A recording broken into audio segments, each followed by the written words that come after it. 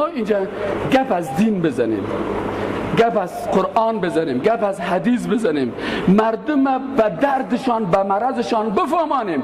برای او ریش سفیدی که در توی دختر خود 4 لک و 5 لک تویانه میگیره، برش بگویم تو دختر فروش هستی پدر، دختر فروش هستی، در اسلام تویانه نیست. برای کسی که برای قاتل 3 تا دختر بد میته و در مجلسش میشینه، برش بگویم که تو ضد قرآن حکم میکنی و من لم یحکم بما انزل الله فاولئک هم الکافرون.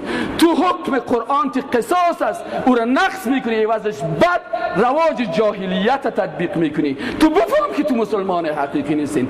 درد مردم برشان بگویم. برای کسایی که ماری میشه که جوانا ازدواج بکنن، سرش مصارف زیاده میمانن، سرش اوتل و سرش مصرف و سرش 40-50 سیر برنج میمانه، کمر داماد مشکنانه. بر از او پدر بگویم که اگر دخترت و یا ای پسر مبتلا به گناه و زنا میشه، تو در گناه از اینا شریک هستی، به ای خانه خدا شیشی. گپ از خدا بزن، گپ از قرآن بزن تا مردم مرض خدا بفهمه. دختر فروش بفهمه من دختر فروش هستم.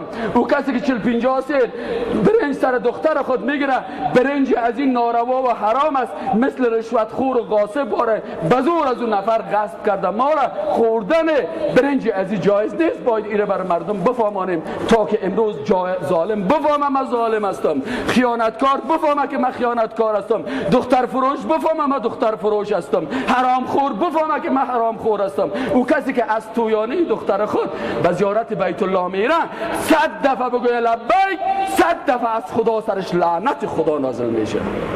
تو از پیسه حرام به حج میایی، از پیسه حرام به حج میایی، رشوت خور بفهمه که لعنت خدا سرش نازل است. ولو که 50 روپیه رشوت بگیره، مامور باشه، مدیر باشه، رئیس باشه، پیغمبر خدا گفته که لعنت خدا سر رشوت خور است.